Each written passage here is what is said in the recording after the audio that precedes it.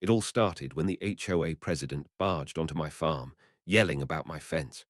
I never thought she'd go so far as to threaten me with bankruptcy, sabotage my livestock, or even try to have me arrested on my own land.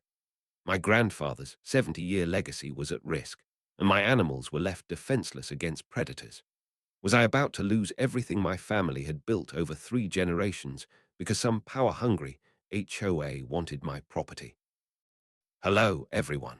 I'm Jim Harrington, a third-generation farmer on this 48-acre homestead. My grandfather bought this land back in 1952 with the money he earned from his military service. For decades, we've lived here peacefully, raising our families and tending to our livestock, until developers showed up and turned our quiet countryside into Oakwood estates. With them came rules, restrictions, and Brenda Wilson, the HOA president with a vendetta. When they first started building 5 years ago, I wasn't too concerned. My property was legally exempt from their jurisdiction thanks to agricultural zoning that had been grandfathered in. But I soon learned that people like Brenda don't care about legalities when they're after something. And what she was after, as I'd discover, was my family's land, no matter what it took to get it. Then, last month, everything changed. I woke up one morning to find 3 of my prized sheep, each worth thousands of dollars, mauled by coyotes. The security footage showed the predators easily jumping over the 4-foot fence my father had installed 30 years ago. With more livestock at risk and breeding season approaching, I was staring at potential financial ruin if I didn't act quickly. The loss hit me hard. These weren't just animals. They were part of the flock my grandfather had started decades ago. Every morning after the attack, I'd check on the remaining sheep with a sinking feeling, wondering if they'd be next. My vet warned me that the coyotes would likely return, and insurance wouldn't cover much of the losses. After checking county regulations and confirming my property lines with official surveys, I decided to invest nearly all my savings, $88,000, into building a new 6-foot reinforced fence. I spent hours researching predator-resistant designs and planning the layout. My neighbor's son agreed to help with the installation, and for the first time in weeks, I felt a glimmer of hope. That hope lasted about 43 minutes.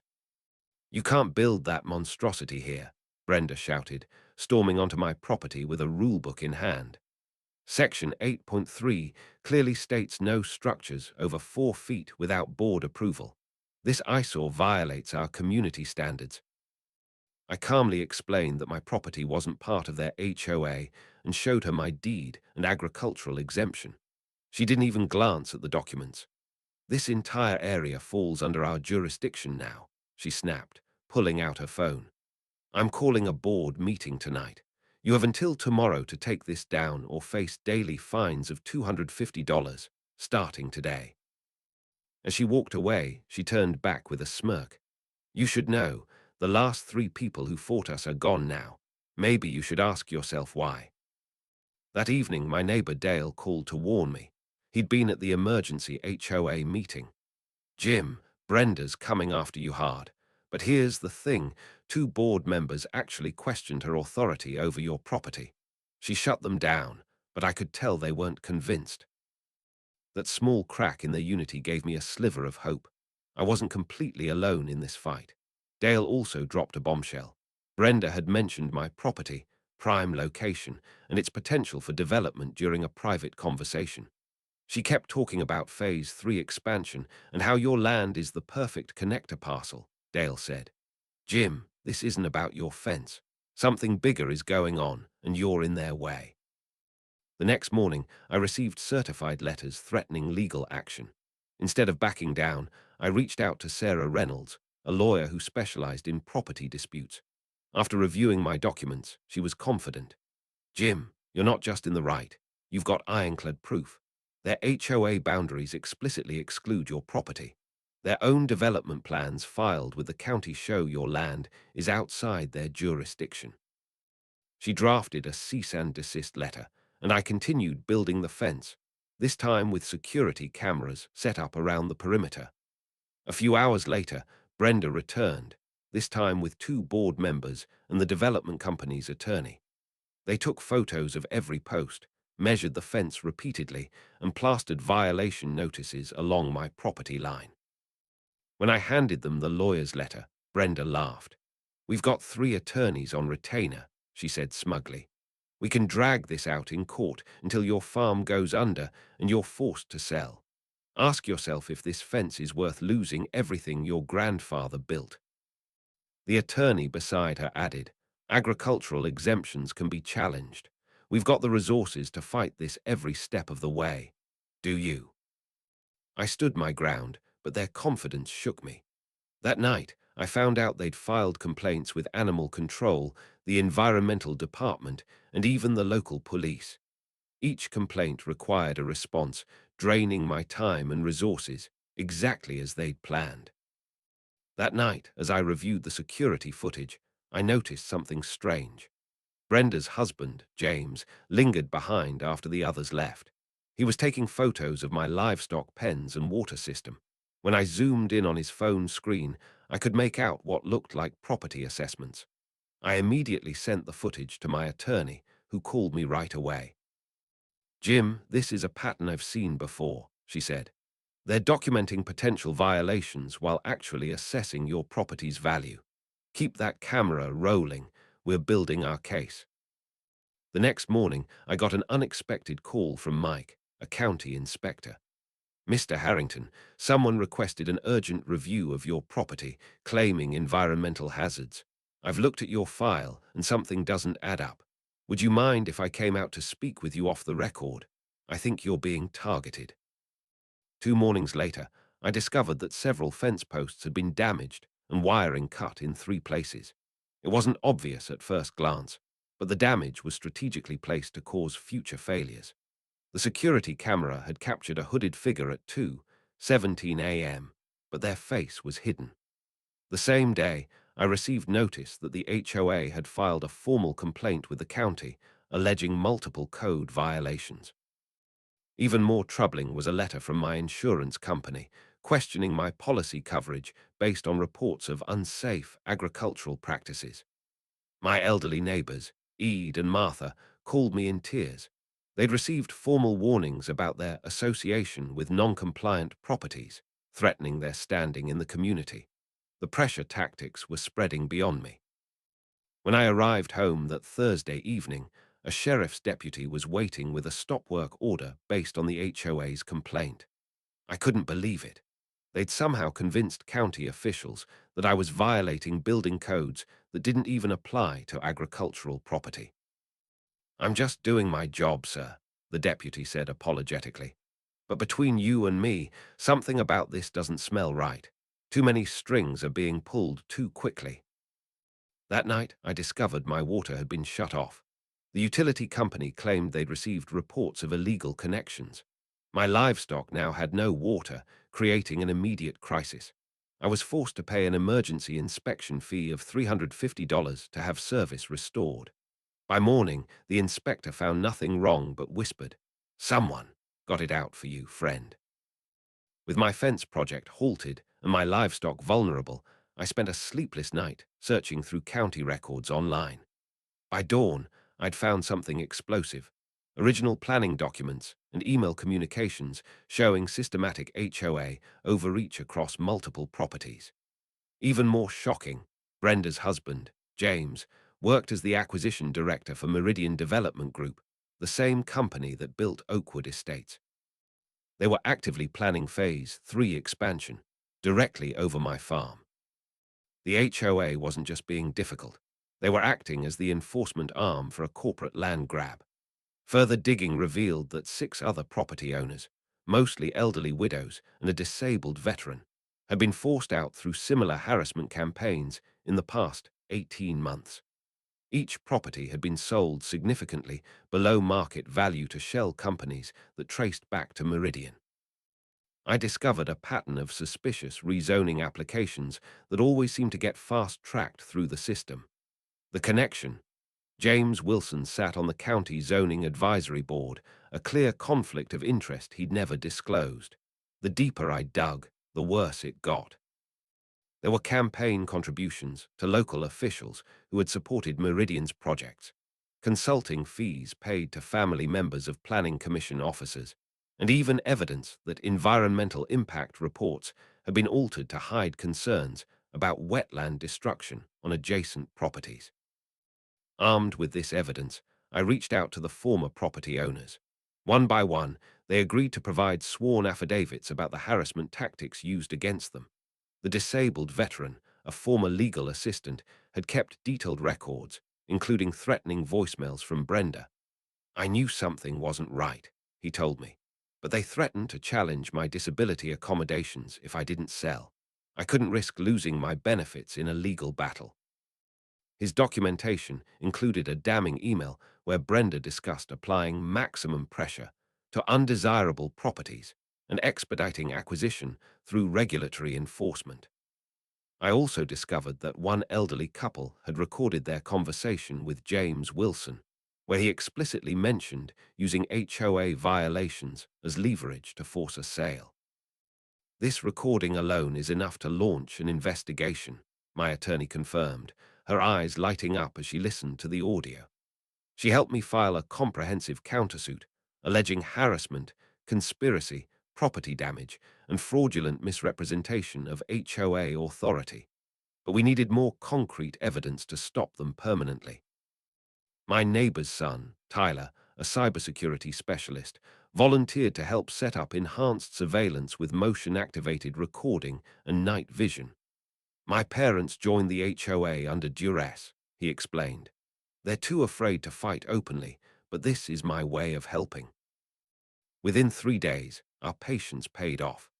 The cameras captured crystal-clear footage of James Wilson and another man tampering with my fence and placing something near my water supply at 1:43 a.m. When I investigated, I discovered they'd planted evidence of environmental contamination. Motor oil strategically placed to suggest I was polluting groundwater. I immediately reported the vandalism, trespassing, and attempted framing to authorities, providing the unedited footage as evidence. Meanwhile, I contacted Melissa Ramirez at the County Chronicle with documentation of the HOA's boundary violations and corporate connections. This isn't just your typical neighbor dispute, she realized. This is organized real estate fraud targeting vulnerable property owners. The pieces were falling into place, but I knew Brenda and her allies wouldn't go down without a fight. With the evidence mounting, we prepared for the confrontation that would determine not just my farm's future, but justice for everyone they'd targeted. The newspaper investigation prompted the county environmental inspector to re-examine my property. Not only did he clear me of all alleged violations, but he also provided a written statement confirming my agricultural exemptions. In my 20 years with the county, he confided, I've never seen such blatant misrepresentation of regulations. Someone in the permits office has been processing complaints without proper verification. That someone turned out to be Brenda's cousin, another connection we added to our growing evidence board. The web of corruption was larger than I'd imagined. 2 days later, 3 other HOA members contacted me confidentially.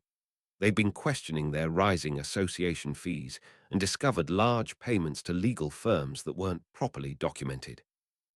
We think they've been using our dues to fund their harassment campaign, one whispered. We've got the financial records to prove it. Armed with overwhelming evidence, I attended the next HOA meeting uninvited, with Melissa from the County Chronicle beside me. Brenda tried having security remove us, but I stood my ground. Before anyone calls security, I announced to the packed community center, every homeowner here deserves to know that this HOA has been operating illegally. I projected maps showing their actual legal boundaries versus their claimed jurisdiction. Your board has been systematically targeting properties outside their authority, I continued, revealing the connection to Meridian Development. While claiming to protect property values, they've been deliberately devaluing targeted properties for corporate acquisition. When Brenda attempted to shut down the presentation, I played the security footage showing her husband vandalizing my property. The room erupted in shocked outrage as homeowners realized they'd been manipulated. How many of you have received arbitrary fines? I asked. Dozens of hands went up. Those funds haven't gone to community improvements. They've financed legal intimidation against your neighbors. A retired judge living in the community stood up. As a new resident, I was told certain areas were problem properties. Now I understand why. This isn't just unethical, it's criminal conspiracy and fraud. Brenda tried to regain control, her voice shrill. These are baseless accusations. This farmer is just trying to avoid compliance with community standards that protect your property values. That's when Martha, my 78-year-old neighbor, slowly rose from her seat. Mrs. Wilson, you threatened to fine me $500 a day because my late husband's memorial garden exceeded your height restrictions. You said I'd lose my home if I didn't remove it. Her voice trembled but remained strong. Now I understand. You wanted our land for your husband's company. The financial officer of the HOA, visibly shaken, admitted, I've questioned several payments to legal firms targeting non-HOA properties. When I asked for documentation, I was removed from the email thread and told it was handled at a higher level. The story broke on the front page of the County Chronicle the following morning. By noon, the district attorney had opened an investigation into the HOA board's practices, and the county commissioners had suspended their operational permit pending review. 3 board members immediately resigned, distancing themselves from Brenda and claiming they were misled about jurisdictional boundaries. Internal HOA documents were subpoenaed, revealing financial kickbacks and coordinated harassment campaigns. Most satisfying, the sheriff personally came to remove the stop work order and apologize. Someone misrepresented your property classification, he explained. We're investigating who altered those records in our system. My fence was completed the following weekend with help from over 20 neighbors who'd finally seen the HOA's true colors. They arrived with tools, supplies, and determination to right the wrong done to my property. Even some HOA members joined in, bringing food and support. We bought here for community, one new resident told me, not to be part of a land-grabbing scheme. We want to be good neighbors. The county commissioner herself stopped by during construction. Mr. Harrington, your stand against corruption has exposed systemic problems we're now addressing. Thank you for your courage. As news spread, 3 more families came forward with similar stories of HOA harassment. The district attorney expanded the investigation to include potential racketeering charges. Brenda and James Wilson were seen leaving their home with suitcases, but state troopers intercepted them before they could board a flight to Cancun. The most unexpected development. The CEO of Meridian Development was forced to call an emergency board meeting as their stock plummeted 27% in a single day. Investors were abandoning ship as the scandal threatened to expose similar schemes in 3 other counties. The investigation revealed that Brenda and James Wilson had received $75,000 in undisclosed acquisition bonuses for each property they helped Meridian obtain. They now faced multiple criminal charges, including fraud, conspiracy, falsification of records, and criminal mischief. Meridian Development's permits were suspended pending regulatory review, and their Phase 3 expansion plans were permanently rejected by the County Commission. The HOA underwent complete restructuring, with transparent boundaries and new leadership elected by homeowners committed to actual community improvement. Their first official act, creating a neighborhood integrity committee to prevent future abuses of power.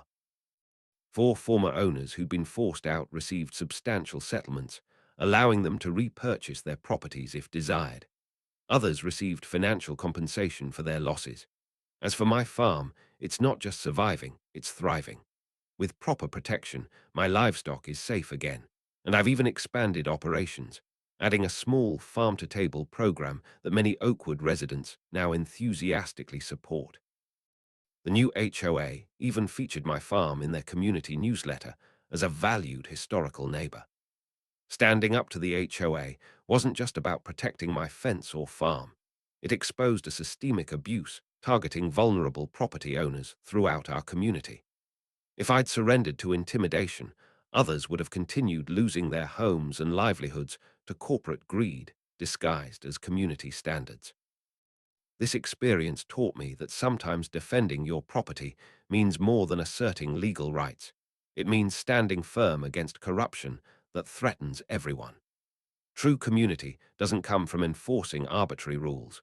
It comes from neighbors respecting each other's rights and working together against those who would exploit us. 6 months later, something unexpected happened. Brenda's elderly mother, whom I'd never met, came to my door in tears. She explained that her daughter's actions stemmed from financial desperation after her husband's medical bankruptcy. Meridian had promised to clear their debts in exchange for helping acquire properties. "It doesn't excuse what she did," the woman said, "but she started with good intentions before greed took over. She's paying for her mistakes now and wanted me to deliver this." She handed me a sealed envelope containing a handwritten apology and information about other targeted properties in neighboring counties. I provided this evidence to investigators, potentially saving dozens more homeowners from similar schemes.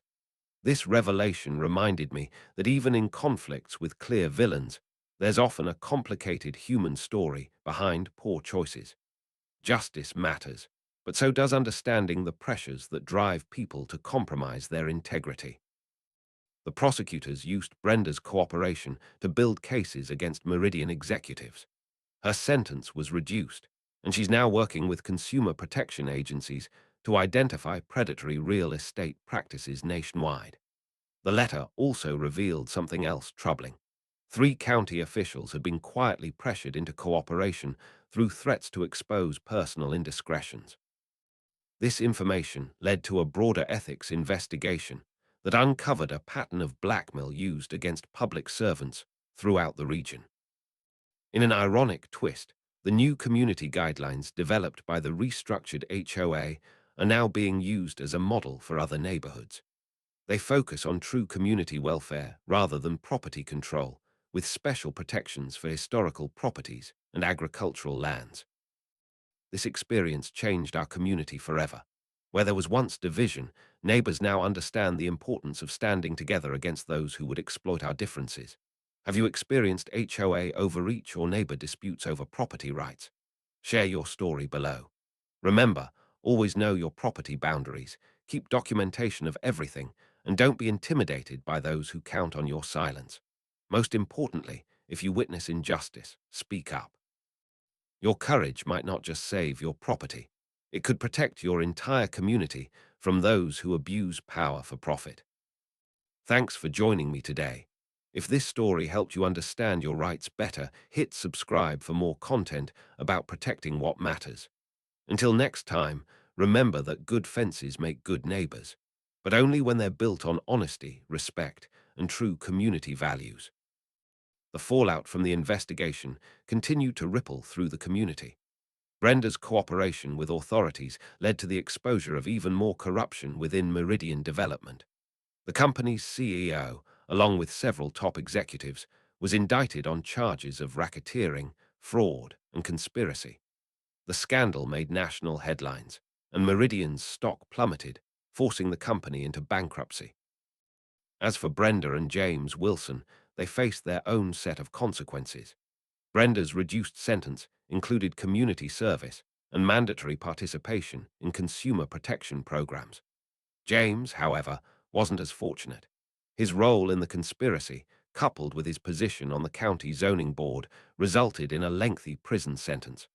The couple's assets were seized, and they were ordered to pay restitution to the victims of their schemes. The HOA underwent a complete transformation. New leadership was elected, and the bylaws were rewritten to prioritize transparency and fairness. The Neighborhood Integrity Committee, established as part of the restructuring, became a model for other communities grappling with similar issues. Homeowners now had a voice in the decision-making process, and the arbitrary fines and harassment tactics were a thing of the past. My farm, once on the brink of collapse, began to thrive again. The new fence stood tall and strong, protecting my livestock from predators.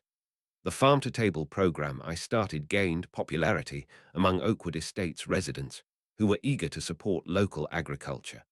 The sense of community that had been missing for so long was finally restored. One of the most heartwarming outcomes was the return of the families who had been forced out by Brenda and Meridian. With the settlements they received, several of them were able to repurchase their properties and rebuild their lives. The disabled veteran, who had been one of the first to stand up against the HOA, became an advocate for property rights, using his experience to help others facing similar battles. The retired judge who had spoken out at the HOA meeting became a key figure in the neighborhood's transformation. She worked tirelessly to ensure that the new bylaws were fair and just, and she became a trusted voice in the community. Her leadership helped bridge the gap between long-time residents and newcomers, fostering a sense of unity that had been absent for years. As for me, I learned a valuable lesson about the importance of standing up for what's right. It wasn't just about protecting my land or my livelihood. It was about defending the principles of fairness and justice. The experience reminded me that true community is built on mutual respect and shared values, not on arbitrary rules and intimidation. The story of my fight against the HOA and Meridian development became a cautionary tale for other communities facing similar challenges. It served as a reminder that corruption can thrive in the shadows, but it can be defeated when people come together and demand accountability. In the end, the ordeal strengthened my resolve to protect my family's legacy and to stand up for those who couldn't stand up for themselves. It also reinforced the importance of knowing your rights and being prepared to defend them, no matter the cost. The story of my fight against the HOA and Meridian development didn't just end with the legal victories and community reforms. It sparked a broader movement for property rights and transparency in local governance. News outlets across the state picked up the story, and it wasn't long before other communities began reaching out for advice on how to handle similar situations. Melissa Ramirez, the reporter from the County Chronicle, continued to follow the case closely. Her investigative pieces not only exposed the corruption in Oakwood Estates, but also shed light on similar schemes in other neighborhoods. Her work earned her several awards and brought national attention to the issue of predatory real estate practices. Inspired by the success in Oakwood Estates, state legislators began drafting new laws to protect property owners from HOA overreach and corporate land grabs. These laws included stricter regulations on HOA authority, mandatory transparency in financial dealings, and harsher penalties for those found guilty of harassment or fraud. The retired judge from our community was invited to testify at legislative hearings, where she shared her expertise and advocated for stronger protections for homeowners. The Neighborhood Integrity Committee, which had been established as part of the HOA's restructuring, became a model for other communities. Its success in promoting fairness and accountability led to the creation of similar committees in neighborhoods across the state. These committees work to ensure that HOAs serve the best interests of their residents, rather than the agendas of developers or corrupt officials. As for my farm, it continued to thrive. The farm-to-table program became a cornerstone of the community, bringing residents together and fostering a sense of connection to the land. I even started hosting educational workshops, teaching people about sustainable farming practices and the importance of supporting local agriculture. The sense of community that had been missing for so long was finally restored. Neighbors who had once been divided by fear and mistrust now worked together to create a better future for their families. The annual community picnic, which had been cancelled for years due to the tension, was revived and became a beloved tradition once again. One of the most rewarding aspects of the entire experience was seeing the impact it had on the younger generation. My neighbor's son, Tyler, who had helped set up the surveillance system, became passionate about cybersecurity and property rights. He went on to study law, with the goal of specializing in cases involving corporate corruption and homeowner protections. The disabled veteran, who had been one of the first to stand up against the HOA, also found a new purpose. He became an advocate for property rights, using his experience to help others facing similar battles. His story inspired countless people to stand up for their rights and fight against injustice. Looking back, I realized that the fight wasn't just about protecting my property or my livelihood. It was about defending the principles of fairness, justice, and community. It was about standing up for those who couldn't stand up for themselves and ensuring that future generations would have the opportunity to build a better life. The experience taught me that true community is built on mutual respect and shared values, not on arbitrary rules and intimidation. It reminded me that even in the face of overwhelming odds, it's possible to make a difference if you're willing to stand up for what's right. As I walked through my fields one evening, watching the sun set over the horizon, I felt a deep sense of gratitude.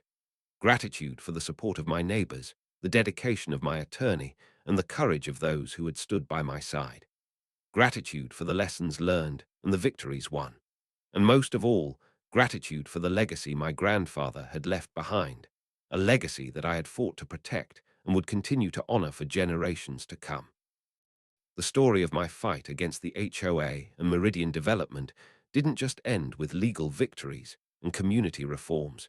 It became a turning point for our entire town. The lessons we learned and the changes we fought for rippled far beyond Oakwood Estates, inspiring others to stand up for their rights and demand accountability from those in power. One of the most unexpected outcomes was the impact on Brenda Wilson herself. After serving her reduced sentence and completing her community service, she reached out to me. It wasn't an easy conversation, but it was an important one. She apologized for her actions and explained how desperation and greed had clouded her judgment. While her apology didn't erase the harm she'd caused, it was a step toward healing for both of us. Brenda's transformation didn't stop there. She became an advocate for ethical HOA practices, using her experience to educate others about the dangers of unchecked power. She worked with consumer protection agencies to develop training programs for HOA board members, emphasizing transparency, fairness, and accountability. It was a strange twist of fate, but one that showed how even those who had done wrong could find redemption. The retired judge who had played such a pivotal role in our community's transformation continued to be a guiding force. She helped draft new state legislation aimed at preventing similar abuses in the future. The laws, known as the Oakwood Acts, included provisions for stricter oversight of HOAs, mandatory financial transparency, and protections for property owners against harassment and fraud. Her efforts earned her widespread recognition, and she became a respected voice in the fight for property rights. As for my farm, it became more than just a place to raise livestock and grow crops. It became a symbol of resilience and community. The farm-to-table program expanded, attracting visitors from neighboring towns who wanted to support local agriculture. I started hosting school field trips, teaching children about the importance of sustainable farming and the history of our land. It was my way of honoring my grandfather's legacy and ensuring that future generations would understand the value of hard work and perseverance. The sense of unity that had been missing for so long was now stronger than ever. Neighbors who had once been divided by fear and mistrust now worked together to create a better future for their families. The annual community picnic, which had been cancelled for years due to the tension, became a beloved tradition once again. It was a time for celebration, reflection, and gratitude, a reminder of how far we'd come. One of the most rewarding moments came when I received a letter from the disabled veteran who had been one of the first to stand up against the HOA. He had used his settlement to repurchase his property and rebuild his life. In his letter, he thanked me for giving him the courage to fight and shared how his experience had inspired him to help others facing similar battles. His words reminded me that the fight wasn't just about protecting my land. It was about standing up for what was right and making a difference in the lives of others. Looking back, I realized that the fight had changed me in ways I never expected. It had taught me the importance of standing firm in the face of adversity, of fighting for what you believe in, and of never underestimating the power of community. It had shown me that even in the darkest times, there is always hope, and that hope can lead to change. As I walked through my fields one evening, watching the sun set over the horizon, I felt a deep sense of peace. The land that had been in my family for generations was safe, and the community we had built together was stronger than ever. The fight had been long and difficult, but it had been worth it. The story of Oakwood Estates and the fight against corruption became a beacon of hope for others facing similar challenges. It served as a reminder that no matter how powerful the opposition may seem, justice can prevail when people come together and demand accountability. It was a story of resilience, courage, and the enduring power of community, a story that will be told for generations to come. So, to anyone out there facing a similar battle, I offer this advice. Know your rights. Document everything. Stand firm. And never underestimate the power of standing together. Because in the end, it's not just about protecting your property, it's about protecting the values that make a community strong. Thank you for joining me on this journey. If this story has inspired you or helped you understand your rights better, I encourage you to share it with others. Together, we can create a world where fairness, justice, and community prevail. Until next time, remember, good fences make good neighbors, but only when they're built on honesty, respect, and true community values.